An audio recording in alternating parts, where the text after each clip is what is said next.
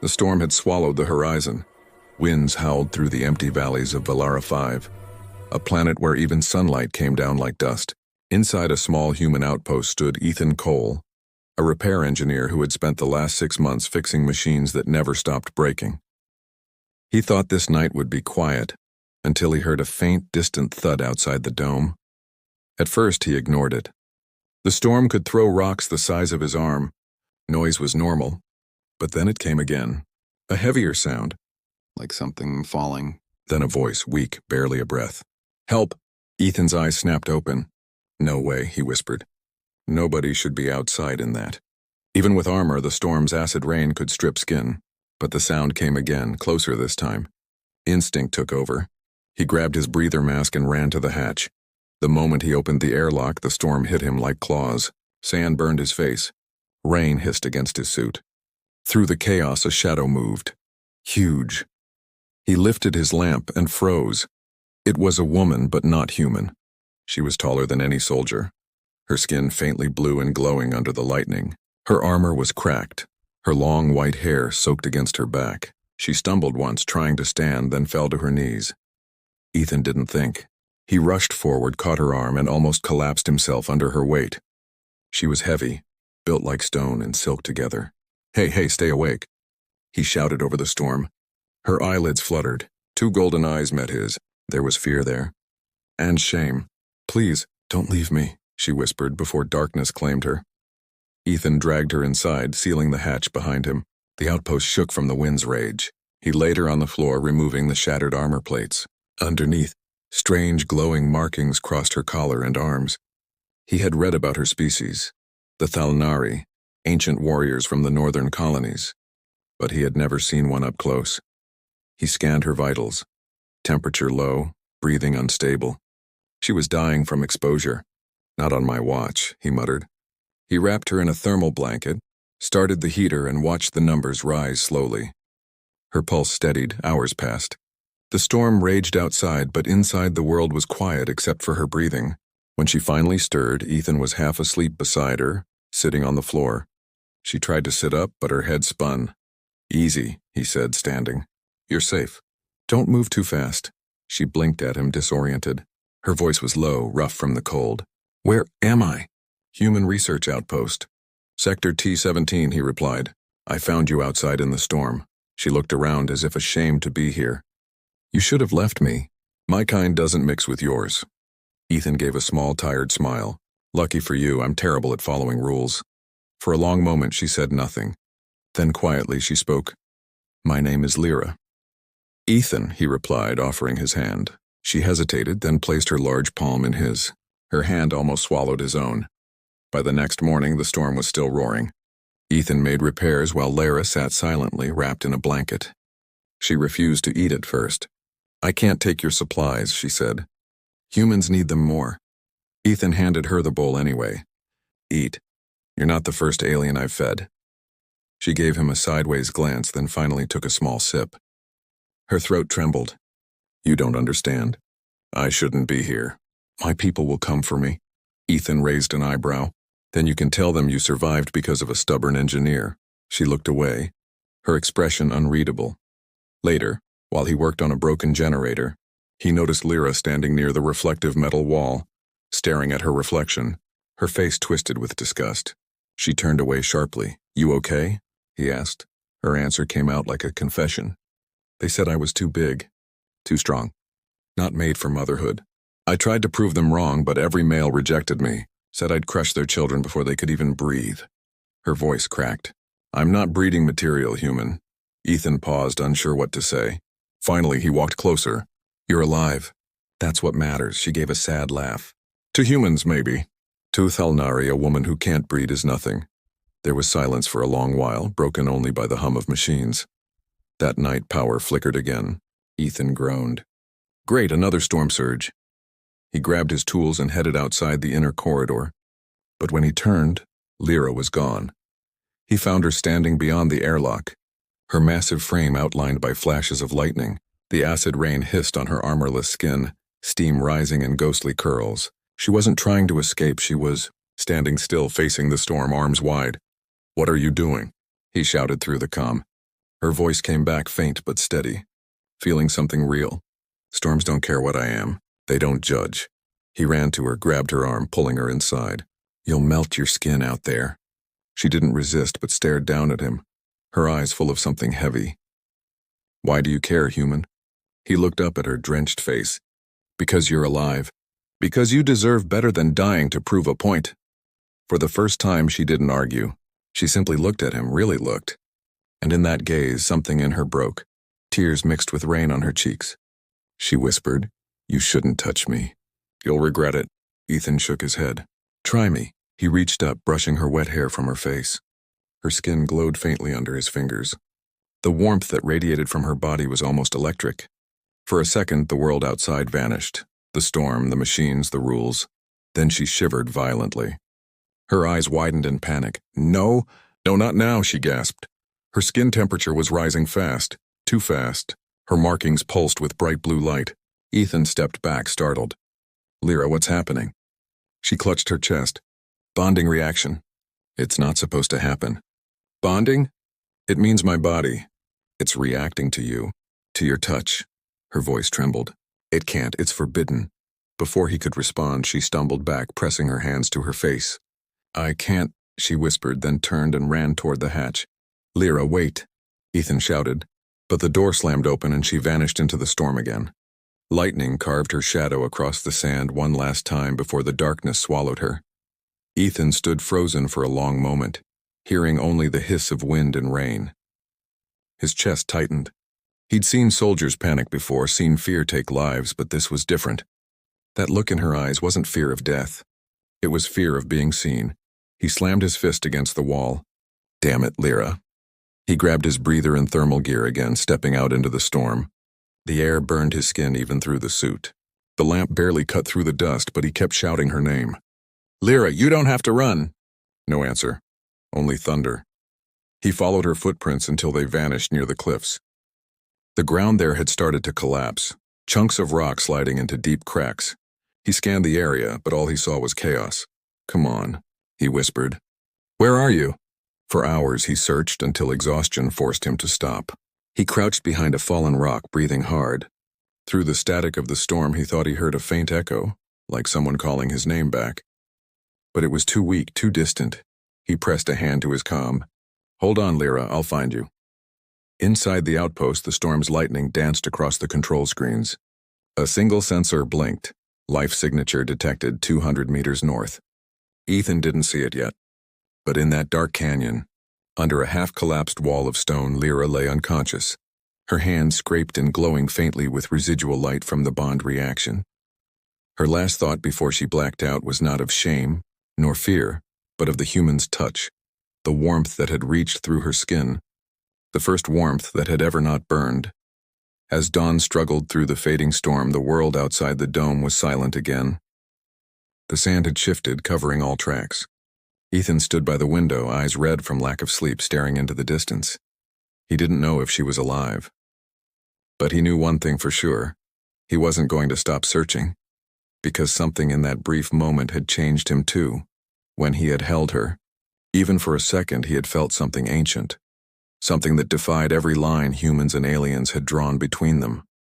And though he didn't understand it yet, that moment would mark the beginning of a bond that would shake both species forever.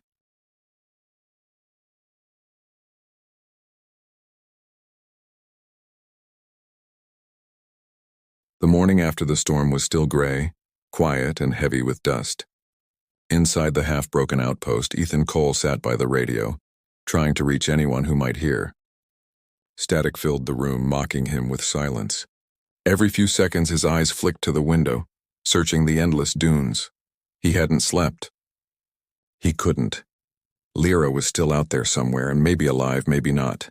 He replayed her words in his mind again and again. "My body's too big, human. I'm not breeding material." Then that panic, that glow in her markings, that wild look when she fled. He didn't understand what had happened, but he knew it wasn't something she chose. When the wind finally calmed, Ethan packed his scanner, wrapped himself in his storm gear, and stepped outside once more. The world was still scarred from the night before. Metal fragments and glass littered the sand. Ethan climbed the rocky path north, following the faint beacon that blinked on his wrist display.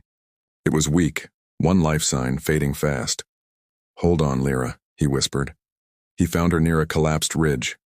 Her massive body was half buried under broken stone, her skin bruised but still glowing faintly. Her breathing was shallow. "Got you," he muttered and began digging with bare hands, ignoring the cuts on his palms. The rocks were heavy, but he didn't stop. When he finally freed her, she barely stirred. He pressed his ear near her chest, there a heartbeat. Strong but slowing. He lifted her head gently. "Hey, it's me. You're safe." Her eyelids fluttered open, gold dimming into pale amber. "You came back?" "Of course I did," he said, trying to smile. "You think I'd leave you to get eaten by rocks?" She tried to laugh, but it came out as a cough. "You shouldn't have touched me." "The bond." "I don't care about your bond," Ethan interrupted softly. "I care about you." He carried her back to the outpost, step by painful step, sand dragging at his boots, her weight heavy yet comforting against his chest. By the time he reached the hatch, his arms were shaking.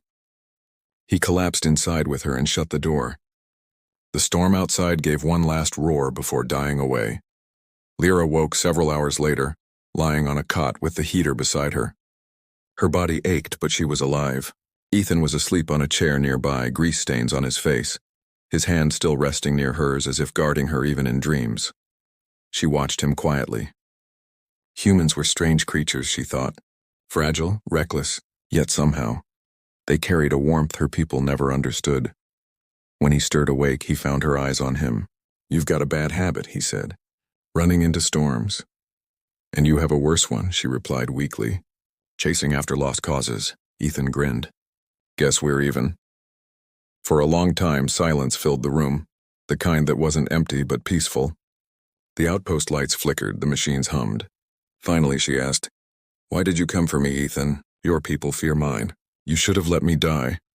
He leaned forward, resting his elbows on his knees. "Because you didn't deserve to die thinking you were worthless." Her chest tightened. "Worthless? That's what I've always been told." "Then they were wrong," he said simply. Days passed. They repaired the outpost together. Lyra's hands were large, strong enough to bend steel plates, yet when she passed tools to Ethan, she was gentle, careful not to crush them. She began to laugh again, soft at first, then freely. Ethan noticed she started to hum when she worked, low, melodic tones that made the air feel warmer. "What song is that?" he asked once. "An old Talnari lullaby," she said. "Mothers sing it to their newborns." He smiled. "It's beautiful." Her gaze fell. "I never thought I'd sing it again." That night, as they ate together, a strange silence filled the space again. Lyra looked at him suddenly. "When you touched me before, something changed in me," she said. Ethan put down his fork. "I know. You said something about bonding?" She nodded slowly. "Our species form chemical bonds through skin contact. It only happens when both hearts accept. It's rare, so—" "You mean—" "Yes," she said quietly. "My body reacted because I didn't resist you. Because for one heartbeat I wanted your touch." Ethan said nothing. He just met her eyes, not with fear, but with something softer. "Then don't regret it," he whispered, her breath caught. For a moment she looked like she might move closer, but the sudden shriek of an alarm shattered the moment. A red light flashed above them. Incoming signal detected. Ethan ran to the console. Multiple heat signatures, heading straight for us. Lyra's expression darkened. Thalnari patrol. Outside, 3 black ships pierced through the clouds, landing in the sand with thunderous force. Warriors stepped out, tall, armored, their faces hidden behind metallic masks. Their insignia marked them as purity enforcers, the ones who erased tainted blood. Ethan grabbed his rifle and stood by the door. "I guess they're not here for tea." "Put that down," Lyra said sharply. "If they see you armed, they'll kill you first." She stepped outside before he could stop her. The moment the patrol saw her, one of them shouted in their tongue, "Lyra of the Outcasts, you have bonded with alien blood." Lyra stood tall. "I survived a storm. That is my only crime." The leader's visor glowed red. "You carry the mark of corruption. Come with us for cleansing." Ethan couldn't listen anymore. He stepped outside, helmet off, wind whipping through his hair. "She's not going anywhere with you." The soldiers turned their weapons toward him. "Human," the leader hissed. "You dare speak?" Ethan didn't flinch. Yeah, and I dare breathe too. Got a problem with that? Lyra moved in front of him instantly. Leave him out of this. But the patrol leader laughed. Defending your pet now? Pathetic, Ethan clenched his jaw. You call her pathetic, but I saw her fight the storm you wouldn't even face. If that's weakness, maybe your whole species forgot what strength is. The soldiers aimed their guns. Lyra growled low, her eyes glowing like molten gold. The air between them trembled. Enough, she roared. If you want blood, take mine. The tension broke when a sudden quake shook the ground, leftover storm tremors splitting the sand. The patrol hesitated. Lyra grabbed Ethan and pulled him back inside before the quake swallowed the landing zone. The ships retreated temporarily, engines roaring. Ethan caught his breath. They'll be back, he said. I know, Lyra whispered. Her eyes shimmered with both fear and relief. That night they sat by the dim heater, both exhausted. Ethan was bandaging a burn on his arm when Lyra said softly, You shouldn't have stood in front of them. They could have killed you. He looked up at her. Then they'd have to go through you first. I like my odds, she tried to hide a smile. You risked your life for me. Why? Because someone once risked theirs for me, he said. And I didn't get to thank them. Maybe saving you is my way of saying thank you to the universe. Silence again. The heater's hum filled the air. Lyra's hand rested near his, just near enough for their fingers to brush. She looked at him quietly, then said, Ethan, humans see beauty differently, don't they? He nodded. We do, why? She hesitated, her voice barely above a whisper. Do you or think I'm beautiful? He studied her. The faint scars on her shoulders, the sharp grace of her frame, the eyes that glowed with sadness and fire at the same time. Yes, he said simply. I think you're the most beautiful being I've ever seen. Her breath hitched. No one had ever said that to her, not once in her life. She leaned closer, unsure why her heart raced so fast. You shouldn't say things like that, she whispered. My people will destroy us both. Then let them try, Ethan said. They'll have to catch us first. She laughed softly, the sound trembling like starlight. Then she kissed him. It was not a gentle kiss. It was full of confusion, fear, and hunger for something she never believed she could have. Her markings flared bright blue, lighting the room like ocean fire. Ethan's hand rose to her cheek and she didn't pull away. For that one heartbeat, the universe outside the outpost stopped.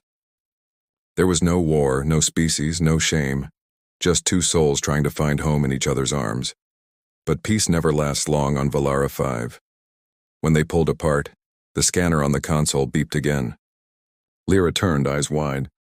They're back, she said. Ethan's smile faded. Then we better be ready. Outside, the ships descended once more, brighter, faster, angrier. Lyra stood towering and radiant, her eyes blazing. They will never let us live, Ethan, but I won't let them take you.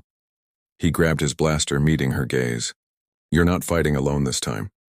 As the outpost shook from the enemy's approach, the human and the giant alien stood side by side, two hearts bound by something the stars themselves couldn't explain.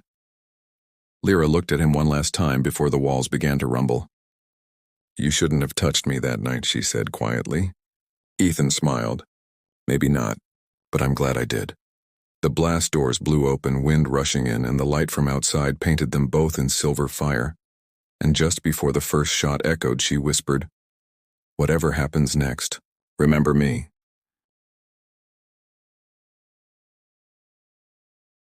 Part 3. The Child of Two Worlds. The sky burned red as the Thalnari ships descended again. Dust rose from the dunes like smoke from a dying planet. Inside the outpost, Ethan Cole loaded his blaster, his hands trembling, not from fear but from the thought of losing Lyra again. She stood beside him, taller than the doorframe, her glowing skin reflecting the flashing alarm lights. Her armor was cracked, one shoulder bleeding faint blue fluid, yet her eyes were calm. They won't stop this time, she said softly. Then we won't run this time, Ethan replied. Outside, metallic footsteps echoed. Dozens of Thalnari soldiers formed a half-circle around the outpost. Their commander's voice thundered through the comms. Lyra of the Outcasts, surrender. You have bonded with alien blood. You carry shame within you. Lyra's jaw tightened. Shame? She whispered. No, I carry love. Ethan gave her a small nod. Let's show them what love can do. The first plasma blast struck the door. The metal glowed, melting at the edges. Ethan and Lyra ran to the console. "We can't fight all of them," he said, "but we can make them listen." She looked at him confused. "Listen? To what?" He smiled faintly. "To the truth." They rerouted the base's emergency frequency to every Thalnari comm channel in range. Ethan hit record. "This is Engineer Ethan Cole, human survivor on Valara 5, he said, voice steady. "You're about to destroy a woman who saved my life, a woman your world rejected. She's not broken. She's the reason I'm still breathing." Lyra's hand brushed his shoulder. Her voice joined his. "My people call me unworthy. Too large, too strong. But this human saw me as something more. If that's corruption, then maybe your purity is the real disease." Her words carried across the airwaves. For a moment, the battlefield fell silent. Then the commander barked, "Enough! Open fire!" The sky lit up again. Ethan pulled Lyra behind a barricade as plasma bolts tore through the walls. The power grid exploded, throwing sparks. The outpost trembled. He coughed through the smoke, shouting, "Generators down!" Lyra's glowing eyes narrowed. "Then we fight the old way." She lifted a broken steel beam with one arm, stepping into the open. The first wave of soldiers aimed, but she moved faster, swinging the beam like a blade, sending them scattering. Ethan covered her from behind, firing precise shots that disabled armor sensors instead of killing. "Go, go, go," he yelled. For minutes, chaos ruled the sand. But numbers won in the end. The commander aimed his cannon and fired. The blast hit Lyra square in the chest, sending her crashing to the ground. "Lyra!" Ethan screamed, running to her side. She was still breathing, but weak. Her markings flickered dimly. The commander approached, armor gleaming. "You've defied our code for the last time." Ethan stood in front of her. "Then kill me first," the alien hesitated. His visor reflected the small human standing against an army. "You'd die for her?" Ethan's voice didn't shake. "Without her, I already would have." Lyra's hand rose weakly, touching his back. Her fingers glowed brighter with every heartbeat. She whispered, "Ethan, move away." He shook his head. "No, please," she begged. "Trust me this once." He stepped aside reluctantly. Lyra pressed her palm to the ground. Blue light shot through the sand, spreading in waves. The soldiers froze as the ground itself began to hum. The Thalnari had a legend that when a bonded female released her full power, the planet listened. The storm above swirled again, forming a glowing spiral. Lyra's voice echoed across the battlefield. "I will not be erased. I will not hide. You call me a curse, but look." She stood, wounds glowing, her body radiant like a living star. "This is what you fear. A Thalnari heart that beats for more than pride." The soldiers lowered their weapons. Even the commander's hand trembled. "What are you?" he whispered. She looked at Ethan. "Something new." Then she collapsed. Hours later, silence returned to Valara 5. The ships had retreated. The soldiers had carried their injured commander away, confused and shaken. Inside the ruined outpost, Ethan knelt beside Lyra, who lay unconscious on a makeshift bed. He held her hand. "Don't you dare leave me now," he murmured. Her breathing steadied. Slowly, her eyes opened, faint but glowing. "Are they gone?" He smiled. "Yeah, you scared them off." "Remind me never to make you mad," she chuckled weakly. Then her expression changed. She touched her abdomen, eyes wide. "Ethan?" "What is it?" Her markings pulsed brighter. "I feel something inside me." He froze. "Are you hurt?" She shook her head. "No, it's life. It's growing." Ethan blinked. "You mean—" "Yes," she whispered, tears welling up. "A child?" He sat back in shock. "That's impossible. For humans, maybe," she said softly. "But not for us. When a bond is pure, creation follows. My body is changing, adapting. It's not supposed to happen between species, yet it has." He reached out, placing a trembling hand over hers. "Our child?" She nodded, tears slipping down her cheeks. "Our child." Weeks passed as they rebuilt the outpost together. Lyra's belly glowed faintly now, a soft blue aura that pulsed in rhythm with her heart. She grew stronger each day, though the pregnancy made her body heavy and warm. Ethan watched her with awe. Sometimes he'd find her standing outside under the twin moons, whispering to the life inside her. He'd smile and say, "He's gonna be stubborn like you." She'd answer, "Or kind like you." But peace didn't come easily. One evening, a small craft appeared on the horizon. Not a warship this time, but a shuttle bearing white banners. Out stepped Thalnari healers and council members. Lyra tensed. They've come to finish it. Ethan shook his head. Wait, look at their hands, but no weapons. The lead healer, an older Thalnari female, approached slowly. Lyra of the Outcasts, she said. We received your signal. And your broadcast. Is it true you carry life? Lyra placed a protective hand on her stomach. Yes.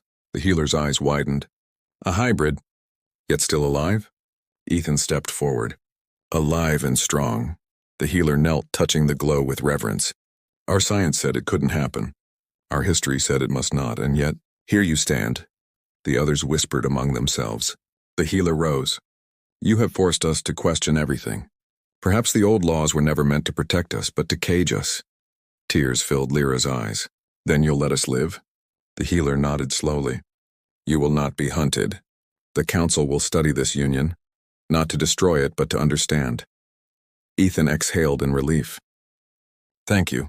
The healer turned to leave, but paused. When the child is born, the stars themselves may have to rewrite their stories.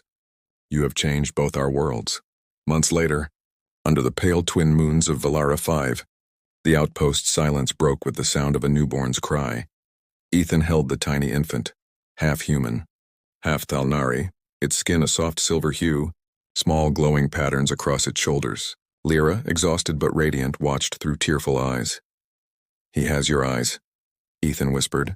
And your stubborn chin, she smiled faintly. Outside, the wind sang through the dunes. Not a storm this time, but a gentle breeze. The first between their peoples in centuries. When the council returned, they came not with weapons, but gifts, technology, medicine, and words of peace. Humans sent envoys soon after, curious about the miracle child. Lyra stood before them all, holding her baby close. I was told I was too big, she said, her voice carrying across the gathered crowd. Too different. Too unworthy of love. But this child proves love has no size, no color, no species. It only needs two hearts brave enough to believe. Ethan placed a hand on her shoulder. Cameras recorded the moment. Across the galaxy, news spread. The first hybrid of Valara 5. The Thalnari called the child Seren, meaning bridge. Years later, the desert bloomed where once only storms had lived. Humans and Thalnari built new settlements together. Children of both races played under the same suns. In a quiet corner of the rebuilt outpost, Lyra watched Ethan teaching little Seren how to fix a generator. The boy laughed, his small hands glowing faintly blue as he tried to lift a wrench too heavy for him. Lyra smiled, placing a hand on her still healing chest. You see, old world, she whispered. My body wasn't too big. It was just waiting to hold something that mattered. Ethan turned, smiling at her. What are you thinking? She shook her head softly. Just that. I never thought love could change galaxies, he laughed. Guess we proved them wrong. She leaned down, kissing his forehead. No, Ethan, you did. The camera of the final shot pulls back, the family standing together under the twin moons. Their child laughing as stars shimmer above. A voice narrates softly. In a universe where war and pride built walls, one human's kindness built a bridge. And sometimes, that bridge is called love.